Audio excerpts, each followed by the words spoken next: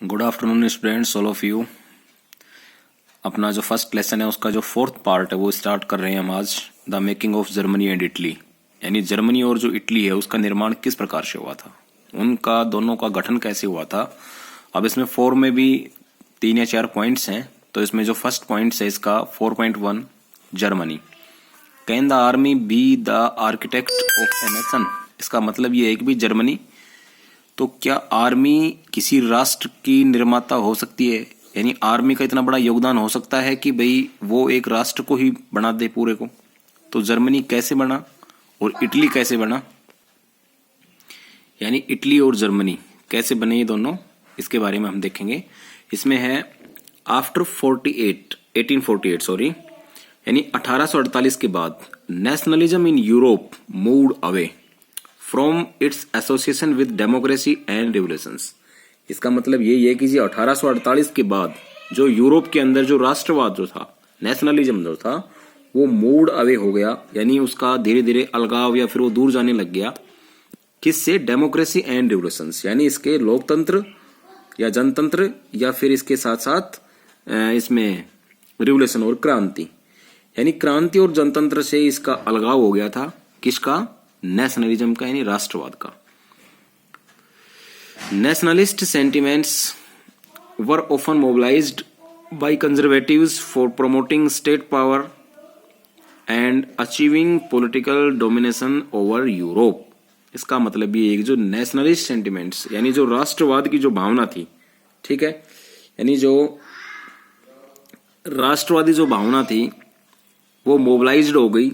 Mobilised का मतलब होता है कि भाई वो एक तरह से प्रयोग किया गया था इसका भी, बाय कंजर्वेटिव फॉर प्रमोटिंग, यानी कंजर्वेटिव यानी जो रूढ़िवादी जो लोग थे, प्रमोटिंग करने के लिए, प्रमोट यानी बढ़ावा देने के लिए, state power and achieving political domination, यानी जो राज्य की जो ताकत है वो, और साथ में पॉलिटिकल डोमिनेशन, यानी जो राजनीतिक प्रभुत्व जमाना जो चाह रहे थे यानी यूरोप में, उसके लिए जो राष्ट्रवादी जो भावना थी, ठीक है, उसका उन्होंने प्रयोग किया। ठीक है, यानी राज्य में किस प्रकार से अपनी भाई प्रभुत्व जमाए, पूरे यूरोप के अंदर राजनीतिक प्रभुत्व जमाए, इसके लिए जो रूढ़िवादी लोग थे, जो कंजर्वेटिव जो लोग थे, इन्होंने जो राष्ट्रवादी जो भावनाएं थी, जो नेशनलिस्ट जो सेंटिमेंट्स है, इसका इन्होंने भरपूर प्रयोग किया। इसका मतलब ये है।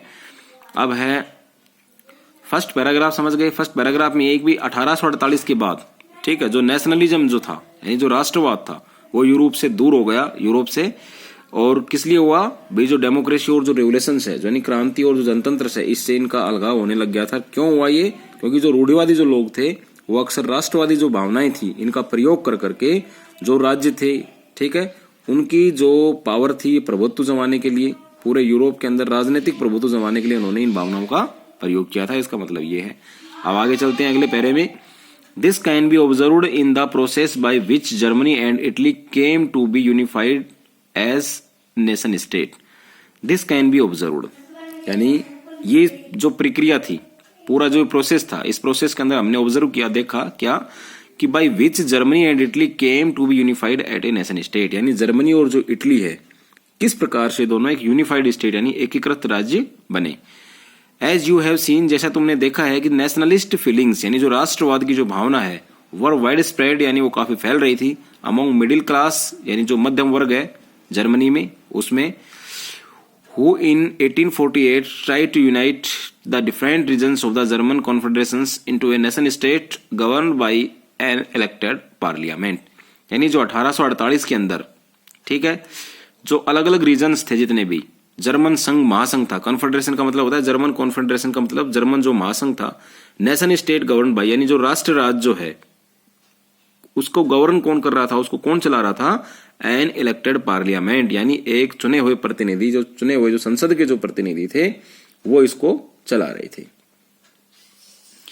अब इसमें आता है this liberal initiatives to nation building was, यानी जो उदारवादी जो लोग थे उन्होंने एक इनिशिएटिव लिया था, एक पहल की थी, क्या? टू नेशन बिल्डिंग, यानी राष्ट्र को बनाने की। However repressed by the combined forces of the monarch and the military, यानी जो लिबरल लोग थे जिन्होंने पहल की थी, क्या उदारवादी जो लोग थे, इन्होंने पहल की थी राष्ट्र को निर्माण के लिए। तो जो मोनार्च यानी जो राजशाही राजतंत्र था वहां का, राजा का जो शासन था उसने, और साथ साथ मिलिट्री यानी जो ये जो सेना थी इसने मिलकर के क्या कर दिया, उसको रिप्रेस्ड कर दिया, उसको दबा दिया। जो आंदोलन करना चाह रहे थे, जो इनिशिएटिव लिया था, जो पहल ली थी, क्या हम एक अच्छे राष्ट्र का निर्माण करेंगे, उसके लिए जो ये सेना और जो राजतंत्र इन दोनों ने मिलकर दबा दिया। अब supported by the large land owners called junkers of Prussia. इनको किनका सपोर्ट था? लार्ज लैंड ओनर यानी जो बड़े बड़े भूस्वामी थे। लैंड ओनर का मतलब होता है जमीनों के मालिक, यानी ऐसे लोग थे, एक ऐसा वर्ग था वहां पे, अभिजात वर्ग, जो जिनको मतलब उन्होंने वो बड़ी बड़ी जमीनों के मालिक थे, उनका सपोर्ट था। किनको सपोर्ट था? मोनार्च और मिलिट्री इनको, और ओनर्स ऑफ प्रुशिया यानी प्रुशिया के जो थे वो। फ्रॉम देन ऑन यानी इसके बाद से Prussia took on the leadership of the movement for national unification. इसके बाद जो प्रुशिया है, ठीक है, उसने टुक ऑन द लीडरशिप यानी इसका नेतृत्व कर लिया of the movement for national unification यानी जो राष्ट्र की एकता के लिए जो मूवमेंट चल रहा था, जो आंदोलन चल रहा था, इसकी जो लीडरशिप है वो किसने कर ली? प्रुशिया ने कर ली। अब है इट चीफ मिनिस्टर यानी इसके जो मुख्यमंत्री थे, ठीक है, अब वो कौन थे? Auto von Bismarck was the architect of the process carried out with the help of the Prussian army and bureaucracy। यानी इस सारे जो मूवमेंट्स चल रहे थे प्रुशिया के अंदर, जो लीडरशिप वगैरह थे, जो इसके जो चीफ मिनिस्टर थे, जो मुख्यमंत्री थे, मुख्यमंत्री ही बोल सकते हैं अपन इसको, जो ओटो वन बिस्मार्क, वो इसके आर्किटेक्ट थे यानी इसके निर्माता थे। ऑफ दिस प्रोसेस, इस पूरी प्रक्रिया के, क्या, जिन्होंने की हेल्प की या सहायता की मदद से, Prussian army and bureaucracy. Bureaucracy का मतलब होता है कि ब्यूरोक्रेसी का मतलब, इसका मतलब होता है नौकरशाही, ठीक है, ब्यूरोक्रेसी का मतलब नौकरशाही। तो जो ये ओटोमान बिस्मार्क जो थे, इसने पूरी प्रक्रिया, जो भी प्रक्रिया की थी यहाँ पे, उसका ही जनक था, उसको चलाने वाला था, और उन्होंने प्रशा की जो नौकरशाही और जो सेना है उसकी उन्होंने क्या ली? हेल्प ली थी, उनकी उन्होंने मदद ली थी। अब क्या है? 3 wars over 7 years यानी 3 युद्ध लड़े गए थे। कब? ओवर 7 years यानी 7 साल का जो टाइम पीरियड था उसके दौरान 3 युद्ध लड़े गए थे। अब इसमें क्या हुआ? इन 3 युद्धों में with Austria, Denmark and France यानी 3 युद्ध अलग अलग ये देश थे, ऑस्ट्रिया, डेनमार्क और फ्रांस के साथ किसने लड़े थे? प्रुशिया ने लड़े थे। अब इसमें था ended the Prussian victory of completed the process of unification यानी जो प्रुशिया है उसकी जीत हो गई थी। एंडेड मतलब समाप्त हुई। जो तीनों युद्ध थे 7 साल के अंदर 3 अलग अलग देशों के साथ युद्ध लड़े गए थे, जिसमें ऑस्ट्रिया, डेनमार्क और फ्रांस। अब इसमें जो उनका अंत हुआ वो कैसे हुआ? तो प्रुशियन विक्ट्री यानी जो प्रुशिया जो देश था उसकी जीत के साथ इसका अंत हुआ। And complete the process of unification, और जो पूरा कंप्लीट प्रोसेस था, ठीक है, वो कंप्लीट किया इन्होंने, पूरी प्रक्रिया को समाप्त किया। कौन सी प्रक्रिया? यूनिफिकेशन की यानी एकीकरण की। ये जो राष्ट्रों का जो एकीकरण कर करके और किस प्रकार से ये जर्मनी बनाना चाह रहे थे, इसका पूरे का जो सार है वो ये, एक बार जर्मनी का निर्माण कैसे हुआ, और जो एक सेना है वो इसकी आर्किटेक्ट कैसे बनी, एक राष्ट्र की आर्किटेक्ट कैसे बनी। तो इन्होंने देखिए राजशाही का पहले सेना के साथ उन्होंने हेल्प ली इन्होंने।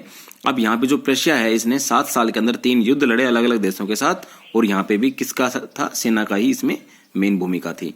अब इन जनवरी 1871 यानी जनवरी 1871 के अंदर द प्रुशियन किंग यानी प्रुशिया के जो राजा थे William first was proclaimed German emperor in the ceremony held at वर्सलेस यानी एक सेरेमनी का आयोजन हुआ था, एक सेरेमनी बनाई गई थी वर्सल्स में।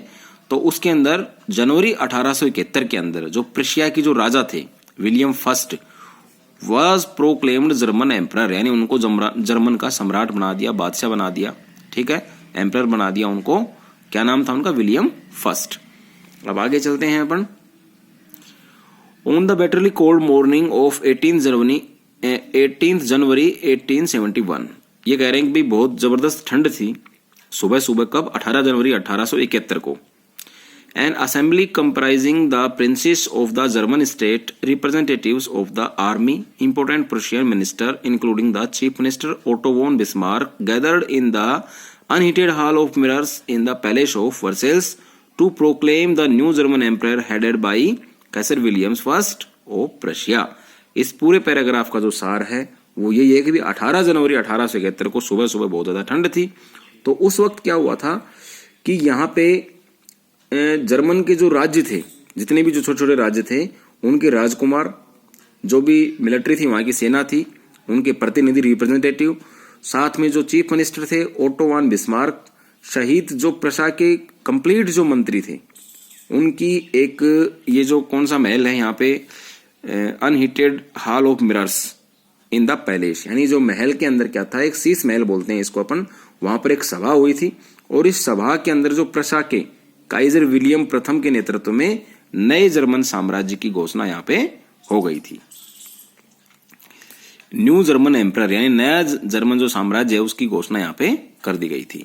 अब है द नेशन बिल्डिंग प्रोसेस यानी जो राष्ट्र निर्माण की जो प्रक्रिया थी इन जर्मनी, जर्मनी के अंदर had dominated the domains of Prussian state power, यानी जो जर्मन राष्ट्र निर्माण की प्रक्रिया है वो जर्मन राज्य की जो ताकत है उसका जो प्रभुत्व है, डोमिनेंस है, उसको डोमिनेट कर रही है, डोमिनेटेड यानी उसको काफी दर्शा रही है, दिखा रही है। ऑफ पर्शियन स्टेट पावर यानी पर्शियन राज्य की जो ताकत है उसके बारे में। The new state placed a strong emphasis of modernising the currency, banking, legal and judicial system in Germany.